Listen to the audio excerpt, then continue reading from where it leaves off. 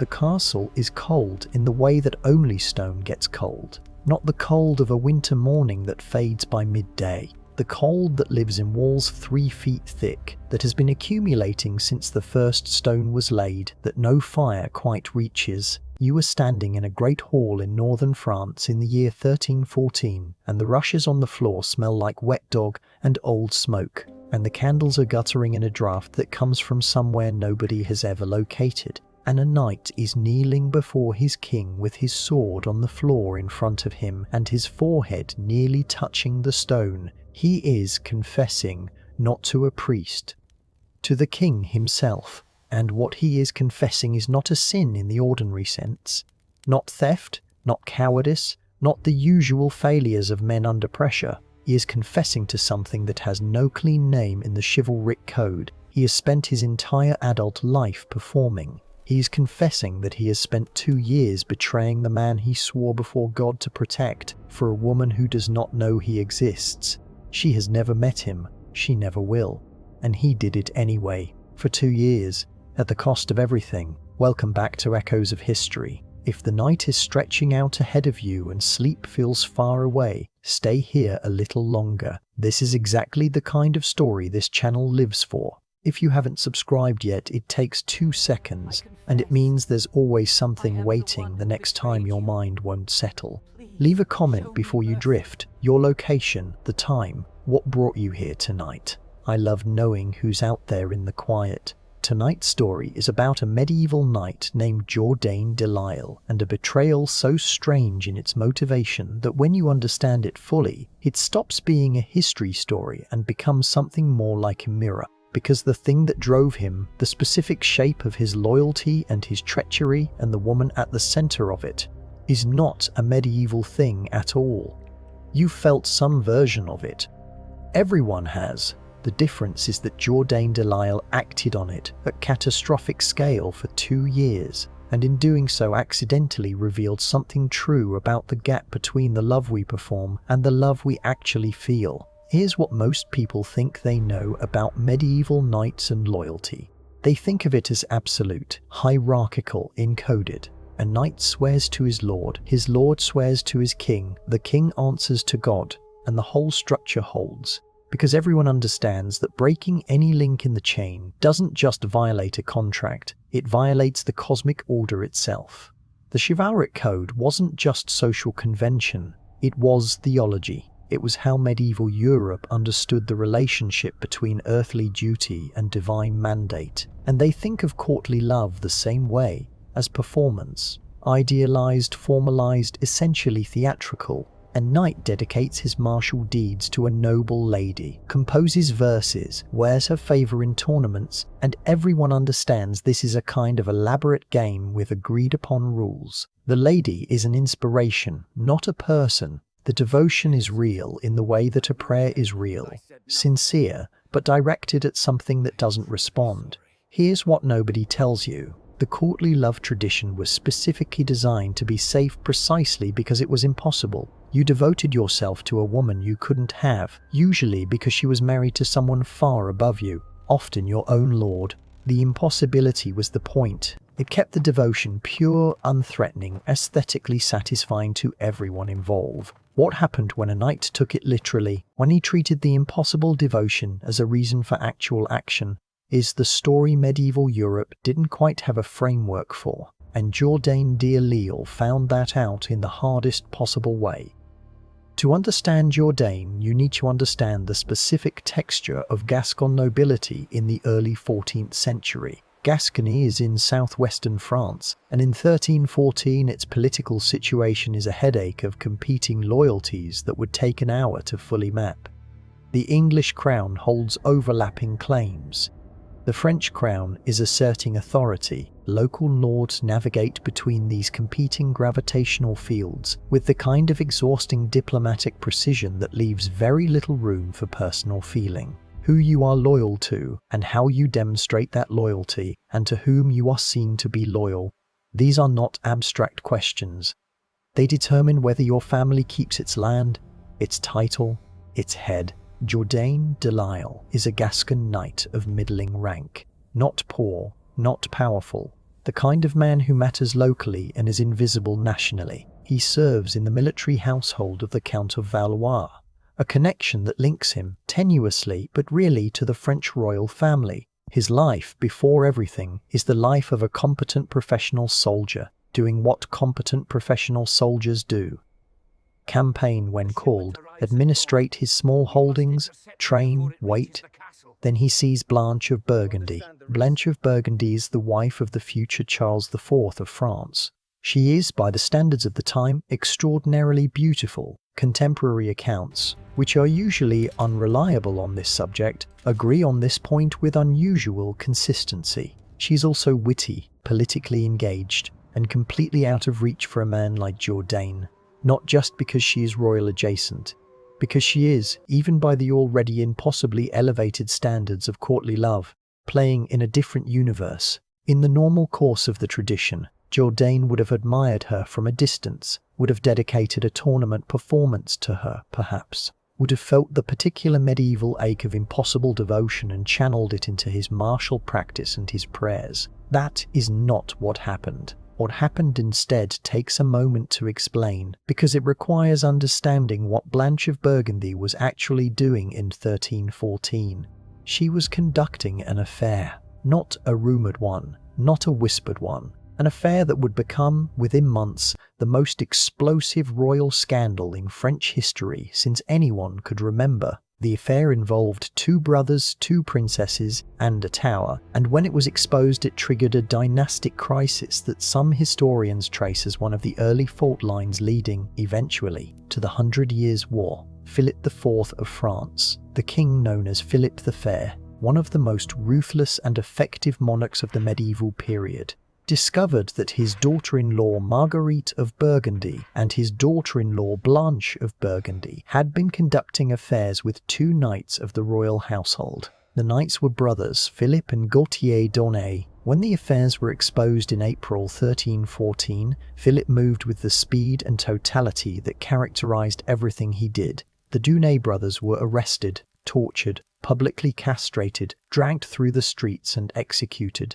Marguerite was imprisoned. Blanche was imprisoned at Château Gaillard, one of the most formidable fortresses in France, built by Richard the Lionheart, cold and impregnable on its cliff above the Seine.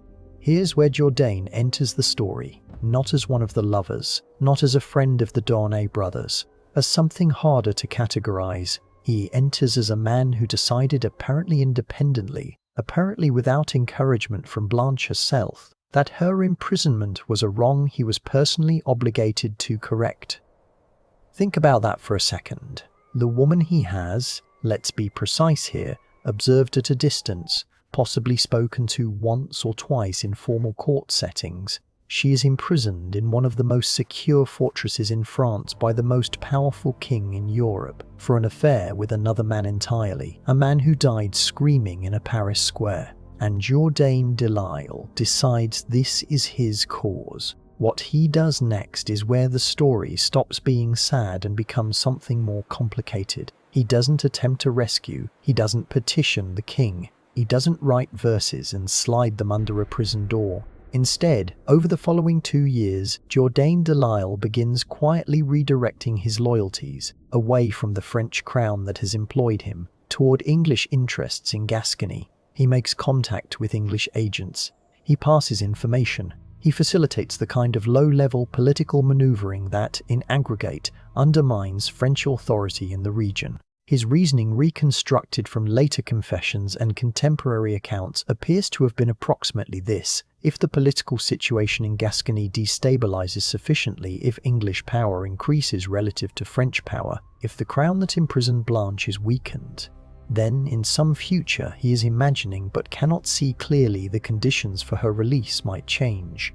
It is one of the most indirect acts of devotion in recorded history. He is not helping her. He is not in contact with her. He is weakening the geopolitical structure around her in the hope that this might, eventually, improve her situation in a chain of causation so long and uncertain that it barely qualifies as a plan.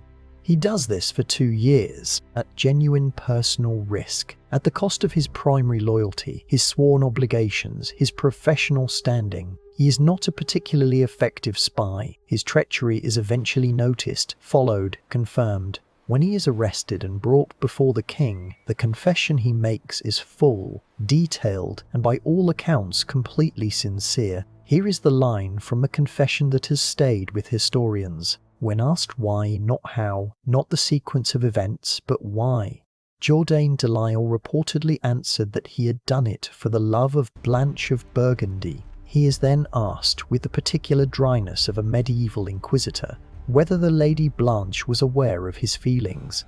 The answer, delivered apparently without irony, is no, she was not. He had never told her. He had seen no way to tell her. He had simply acted. Here is the strange dimension, the part this story is actually about. Jourdain de Lisle did not love Blanche of Burgundy. He couldn't have. Love, in any meaningful sense, requires knowing someone, requires the friction of actual contact, the disappointment of reality, the particular work of caring for a person who is genuinely other than you imagined. What Jourdain had was something more dangerous and more common than love. He had a story about her, a complete, internally consistent, emotionally vivid story about a woman he had assembled from glimpses and proximity and the raw material of his own longing. And that story, that constructed Blanche, was so real to him that he committed treason for it. 2 years of treason. Systematic, deliberate, at significant personal cost. He was not punished with execution, which surprised many. Philip IV was dead by the time the full extent of his activities was known, and his successors were managing more urgent crises. Jourdain spent time imprisoned, was stripped of his holdings, and died in relative obscurity. Blanche of Burgundy was eventually released from Chateau Gaillard in 1322 when her marriage was annulled on grounds of her adultery. She entered a convent. She lived until 1326. There is no record of her ever knowing Jourdain de Lisle's name. He rearranged his world for someone who never knew he existed, and the love he felt, the love he acted on at tremendous cost, was entirely his own construction. She was the occasion for it, not the object of it. He loved the idea of her rescue more than he ever could have loved her. Here's the mirror, the part that turns from the 14th century toward this room, this dark, this specific moment. Every person alive has constructed someone, not necessarily in the grand medieval mode, not with treason and imprisonment and the castle on a cliff. But the structure is identical. The person you met 3 times and thought about for 3 years, the relationship you imagined so completely that when you finally had it, it felt like meeting a stranger, the version of someone you maintained in your mind, detailed and vivid and emotionally real, while the actual person was elsewhere, living a life that had nothing to do with your story about them. Jourdain de Lisle is not a medieval curiosity. He is the patron saint of a very human failure, the failure to notice when you have stopped responding to a person and started responding to your own narrative about them. He is what happens when the courtly love tradition stops being a formalized game and starts being mistaken for information, when the feeling becomes evidence, when the intensity of your inner experience starts to feel like proof of something about the world outside your head. The most uncomfortable part of his story is not the treason, it's the sincerity. He wasn't performing devotion, he felt it fully, in a way that cost him everything. And the object of that devotion never knew his name. What story are you telling about someone right now? And how certain are you that the person in your story and the person in their own life are the same? Let the question settle. Don't answer it tonight. Just let it sit, the way cold sits in stone, the way drafts come from somewhere nobody has found. The castle is still standing, not Chateau Gaillard. That's a ruin now, beautiful on its cliff, open to the sky, the walls that held Blanche of Burgundy crumbling slowly into the Seine Valley below. But the castle in the story, the one built from longing and misread distance, and the particular medieval certainty that feeling something deeply is the same as understanding it, that castle is everywhere. You've been inside it. Everyone has. Your breath is slowing now. the cold of the stone, the guttering candles, the knight with his forehead nearly touching the floor. All of it is very far away, and also, in the way that true things are, very close. Let your body be heavy. Let the questions rest where questions rest. Somewhere above you, through whatever ceiling separates you from the sky, the same stars are out there that Jourdain saw from whatever cell they put him in, cold, indifferent, beautiful, utterly uninterested in the difference between a love that was real and a love that was entirely imagined. He couldn't tell the difference either. Neither can most of us. That's not a failure. That's just what it is to be a person in the dark, feeling things, reaching towards something. Rest now. The reaching can wait until morning. Thank you for spending this hour with Echoes of History. If this story moved something in you, a like helps more than you might think. It's how other quiet minds find their way here. Leave a comment before you sleep. Where are you? What time is it? Which corner of this story found you? I read every one, and I'm always glad to know who's out there. Channel membership is open if you want to go deeper into nights like this one. No pressure, ever. Just a quieter room for people who like this particular kind of dark. Subscribe if you haven't. Come back when the night gets long. We are all somewhere, kneeling on cold stone, confessing to something we can barely name, for someone who may not know we exist.